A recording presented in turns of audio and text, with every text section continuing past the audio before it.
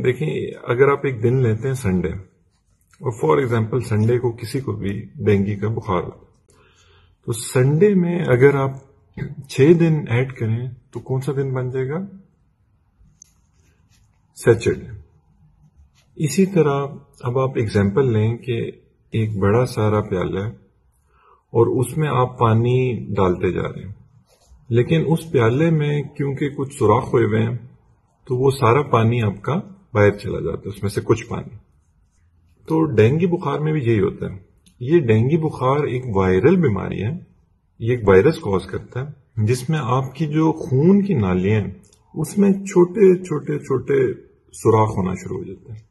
جب یہ چھوٹے چھوٹے سوراخ ہونا شروع ہو جاتے ہیں آپ کی خون کی نالیوں میں، تو ان میں سے سب سے پہلے جو چیز باہر آنا شروع ہوتی ہے وہ خون کا سب سے چھوٹا حصہ ہوتا ہے۔ تو وہ کیا ہوتا ہے؟ پلیٹلیٹس۔ تو کیونکہ پلیٹلیٹس باہر آنا شروع ہو جاتے ہیں اس لیے پلیٹلیٹس آپ کے کم ہونا شروع ہو جائیں گے۔ فار ایگزامپل اگر آپ کے پہلے دن آپ کے 170 پلیٹلیٹس ہیں تو دوسرے دن جب ڈینگی بخار آپ کو ہونا شروع ہوگا تو دوسرے دن ہو سکتا ہے آپ کے 150 رہ جائیں، تیسرے دن ہو سکتا ہے آپ کے 100 رہ جائیں، اس کے بعد چوتھے دن 75 رہ جائیں، اس کے بعد 5ویں دن 50 رہ جائیں۔ لیکن جب چھٹا دن آئے گا تو یہ آپ کے پلیٹلیٹس چھٹے دن کے بعد، ڈینگی کیونکہ وائرل ڈیزیز ہے تو یہ سیلف لمیٹنگ ہے۔ یہ سیلف لمیٹنگ کا مطلب ہوتا ہے خود بخود ٹھیک ہونا شروع ہو جاتا ہے۔ تو چھٹے دن کے بعد دوبارہ آپ کے پلیٹلیٹس بڑھنا شروع ہو جاتے ہیں، لیکن کیونکہ لوگ اس دوران کوئی پتے کھا رہا ہوتا ہے، کوئی کچھ کھا رہا ہوتا ہے، ٹوٹکے کھا رہے ہوتے ہیں، تو ان کو یہ لگتا ہے کہ شاید یہ پتے کھانے سے یا ان ٹوٹکوں سے یہ پلیٹلیٹس بڑھ رہے ہیں، جبکہ ایسی بات نہیں ہے۔ ڈینگی کے بخار ہونے کے چھٹے دن وہ خود بخود بہتری کی طرف پیشنٹ مائل ہونا شروع ہو جاتے ہیں۔ اچھا، اب دیکھیں اگر خون کی نالی میں سوراخ ہو رہے ہیں چھوٹے چھوٹے، اور سب سے خون کا چھوٹا کلیہ جو ان سے تھا پلیٹلیٹس، وہ تو باہر آ گیا، ساتھ کیا چیز باہر آنا شروع ہو جائے گی؟ ساتھ آپ کی باہر آنا شروع ہو جائے گی واٹر یا پانی۔ اب لوگ کیا کرتے ہیں کہ لوگ اپنا تمام فوکس رکھ دیتے ہیں پلیٹلیٹس پہ، جبکہ اصل جو آپ کا فوکس ہونا چاہیے وہ ہونا چاہیے واٹر پہ، کیونکہ یہ سب سے ڈینجرس چیز ہے۔ دیکھیں اگر آپ کے پلیٹلیٹس خون میں کم ہو بھی جائیں نا تو اس سے کوئی فرق اس طرح نہیں پڑ رہا ہوگا کہ آپ کے جسم پورے میں کہیں پہ بھی خون نہیں نکل رہا، تو یہ ان کی کمی آپ کو کوئی کسی طرح تنگ نہیں کرے گی۔ لیکن اگر آپ کا پانی، کیونکہ وہ جب باہر آنا شروع ہوگا اور آپ ڈی ہائیڈریشن میں چلے جائیں گے، تو اب کیا ہوگا کہ آپ کے پورے جسم میں چھوٹے چھوٹے السرز بننا شروع ہو جائیں گے، اور اب کیونکہ وہ السرز بنیں گے تو تب پلیٹلیٹس کم ہونے کی وجہ سے بہت زیادہ بلیڈنگ ہوگی۔ اب اس کے بعد جو اگلا چیز جو ہمیں سمجھنی چاہیے اس میں وہ یہ ہے کہ دیکھیں اگر ایک خون کی نالی ہے اور اس میں سے پلیٹلیٹس باہر آ رہے ہیں اور پانی باہر آ رہا ہے، تو اس کو ہم کس طرح مانیٹر کریں گے؟ پلیٹلیٹس کا تو آپ کو پتا ہے کہ آپ سمپل اس میں بلڈ سی پی کرا لیں گے، لیکن جو آپ کا پانی باہر آ رہا ہے اس کو آپ کس طرح مانیٹر کریں گے؟ اس میں سب سے پہلے آپ اس کا بلڈ پریشر دیکھتے رہیں گے پیشنٹ کا، کہ وہ تو نہیں، اس میں تو نہیں فلکچویشنز آ رہی، وہ ایک اسٹیٹ آف شاک میں تو نہیں جا رہا۔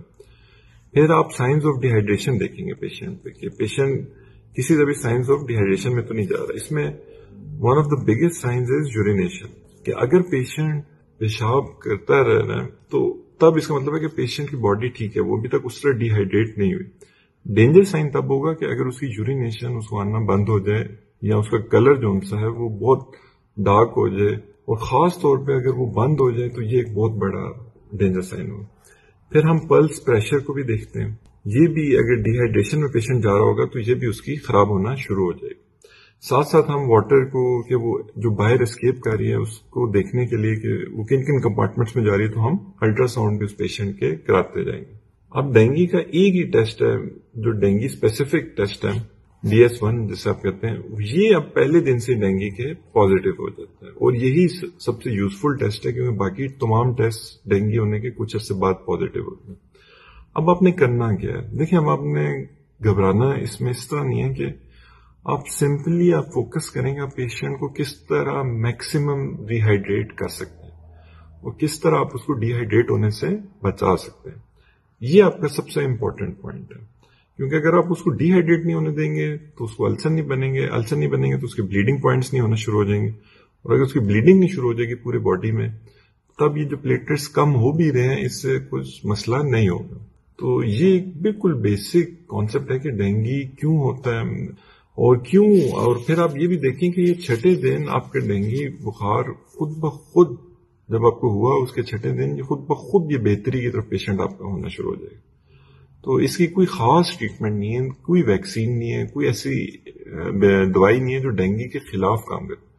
ہم نے بس صرف پیشنٹ کا جو واٹر لیول ہے، جو اس کی ہائیڈریشن لیول ہے، اس کو مانیٹر کرتے رہنا ہے کہ وہ اس کا کمپلیٹلی ٹھیک رہے. اگر آپ کو یہ ویڈیو اچھی لگی ہے تو اس کو پلیز شیئر ضرور کیجیے گا تاکہ آج کل ڈینگی بہت زیادہ پھیلا ہوا ہے، لوگوں کو پتا ہو کہ یہ ڈینگی ہوتا کیوں ہے، اور یہ کہ اس میں ایک بہت زیادہ خوف و ہراس کی ہوا بھی ہے. تو وہ بھی لوگوں کو جب آئیڈیا ہوگا کہ یہ ہوتا کیوں ہے تو وہ اس کو اچھی طرح مینج کر سکتے ہیں اس پیشنٹ کو. باقی آپ نے یہ اپنے ذہن میں رکھنا ہے کہ اگر ڈینگی آپ کو ہوتا ہے تو اپنے ایک ڈاکٹر اور ایکسپرٹ اوپینین لینی ہے جا کے، تاکہ آپ کو وہ جو مینجمنٹ بتائیں پھر آپ نے اس کے مطابق اس کو فالو کرتے رہیں. تو اگر آپ کو ویڈیو اچھی لگی تو آپ پلیز ہمارے جو یوٹیوب چینل ہے اس کو بھی ضرور سبسکرائب کیجیے گا تاکہ ہم اس طرح کی اور یوزفل ویڈیوز آپ کے لیے بنا سکیں. Thank you so much.